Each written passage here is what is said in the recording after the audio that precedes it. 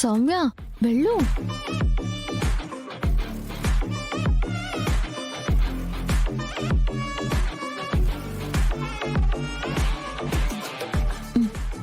చూడు,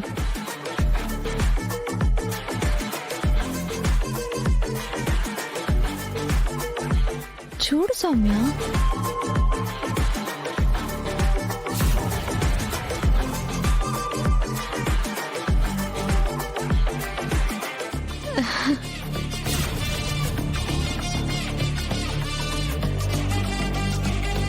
చూడు సౌమ్య, ఈసారి అత్తయ్య గారు చాలా సెలెక్టివ్ గా నీకు పెళ్లి సంబంధాలు వెతకమని పేరయ్య గారికి పురమాయించారు.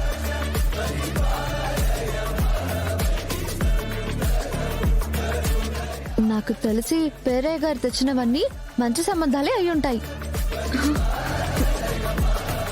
అవునమ్మా, ఒకరితో ఒకరు పోటీ పడే రేంజ్ లో ఉన్నారు అబ్బాయిలు.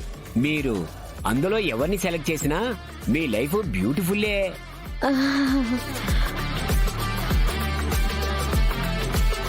ఓరి నాయను, వీళ్ళ అతి ఉత్సాహం చూస్తుంటే బలవంతంగానైనా ఎవరినో ఒకరిని ఫైనల్ చేసి అంటగట్టేసేలాగా ఉన్నారు. టెన్షన్ పెరిగిపోతుంది.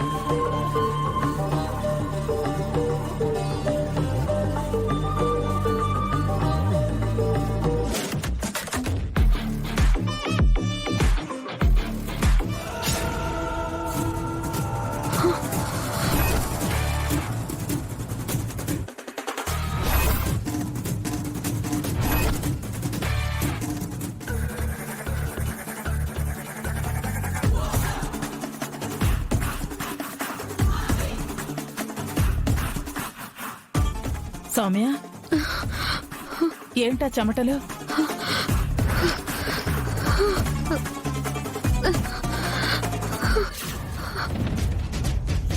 అయ్యో, ఏంటి ఇదేదైనా కొత్త డ్రామానా? సౌమ్య సౌమ్య సౌమ్య ఏమైందమ్మా? సౌమ్య సౌమ్య సౌమ్య సౌమ్య సౌమ్య సౌమ్య సౌమ్య శరణ్య, వెళ్ళి వాటర్ తీసుకునిరా. సౌమ్య సౌమ్య సౌమ్య అమ్మ సౌమ్య సౌమ్య ఏమైందమ్మా? సౌమ్య సౌమ్య సౌమ్య త్వరగా రామ్మా. సౌమ్య సౌమ్య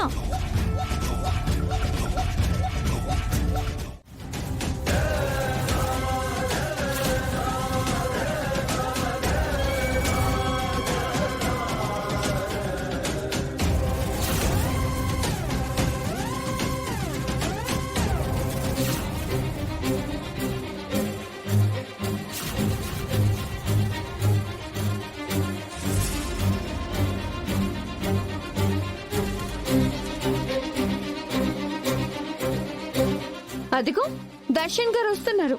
గుడ్ న్యూస్ చెప్పేస్తాను. సౌమ్య ప్లీజ్, నీ కాళ్ళు పట్టుకుంటాను, చెప్పొద్దు. ఈ విషయం చెప్తే తను యాక్సెప్ట్ చేస్తారని నువ్వెలా అనుకుంటున్నావు? అనవసరంగా ఈ విషయం మూలంగా ఆయన మానసికంగా కృంగిపోతారు. అర్థం చేసుకో సౌమ్య. నో, ఇంతవరకు వచ్చాక నేను టైం వేస్ట్ చేయను. ఈ సమస్యకి పరిష్కారం నేను చూస్తాను. ఆ నమ్మకం నాకు లేదులే, కానీ లైట్ తీసుకో. నేనేం చేయాలో అది చేస్తాను. తప్పుకో.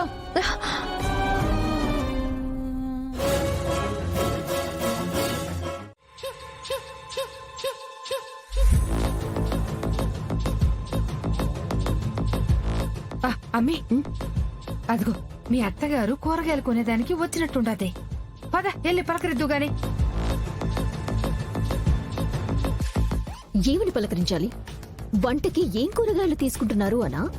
కాదమ్మే, మీ అత్తగారిని కొంచెం మంచితనంతో మచ్చిక చేసుకుంటే ఏదో ఒకలాగా మళ్ళీ ఇంట్లోకి పోయి బుద్ధిగా బతికేదానికి అవకాశం ఉంటది. ఆ ఇంట్లో అడుగు పెట్టడానికి నా ప్లాన్స్ వేరే ఉన్నాయి.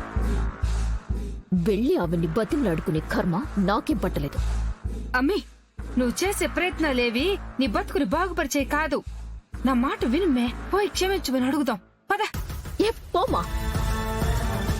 నేను పోయి వేడుకున్నా, పొర్లు తండాలు పెట్టినా మనకున్న ట్రాక్ రికార్డుకి చచ్చిన ఆవిడ నన్ను కోడలిగా యాక్సెప్ట్ చేయదు. నాకు అవసరం లేదు. వసే, పద్ధతైన దారిలో ప్రయత్నిద్దామంటే ఎందుకు మాట నువ్వు?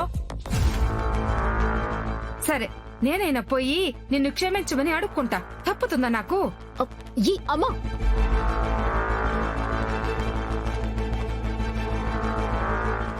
వదిన గారు నమస్కారం. నువ్వా? వదిన గారు, మా యమ్మి పరిస్థితి నా పరిస్థితి అసలు ఏం బాగులేదు. కొంచెం తమరి కోడలు అనుభవిస్తున్న కష్టాన్ని మీరైనా అర్థం చేసుకోండి. ఏంటి అర్థం చేసుకునేది? అది గుణవంతరాలు సంస్కారవంతరాలు అయ్యుంటే ఇవాళ దానికి ఈ పరిస్థితి వచ్చిండేది కాదు. ఏదోనమ్మా, తెలియకట్ట తప్పులు చేసుండాది. దయ తెలిచి క్షమించే గుణం ఉన్నదానివి. కాస్త ఈ ఒక్కసారికి మా తప్పులు కాయండి. ఎంత కాదనుకున్నా అది తమరింటి కోడలే కదా. ఛే! కోడలంట కోడలు. నా కొడుక్కి మాయ మాటలు చెప్పి దొంగ పెళ్లి చేసుకుని మా ఇంటినే ముక్కలు చేయాలని చూసింది. మా అందరినీ గుప్పెట్లోకి తెచ్చుకుని శాసించాలని చూసింది. అలాంటి దాన్ని క్షమించడం కూడానా? మహా పాపం అవుతుంది.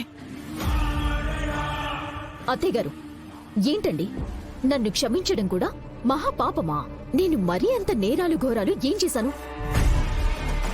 నేను నా భర్త నా కుటుంబం అనే కదా ఆలోచించాను.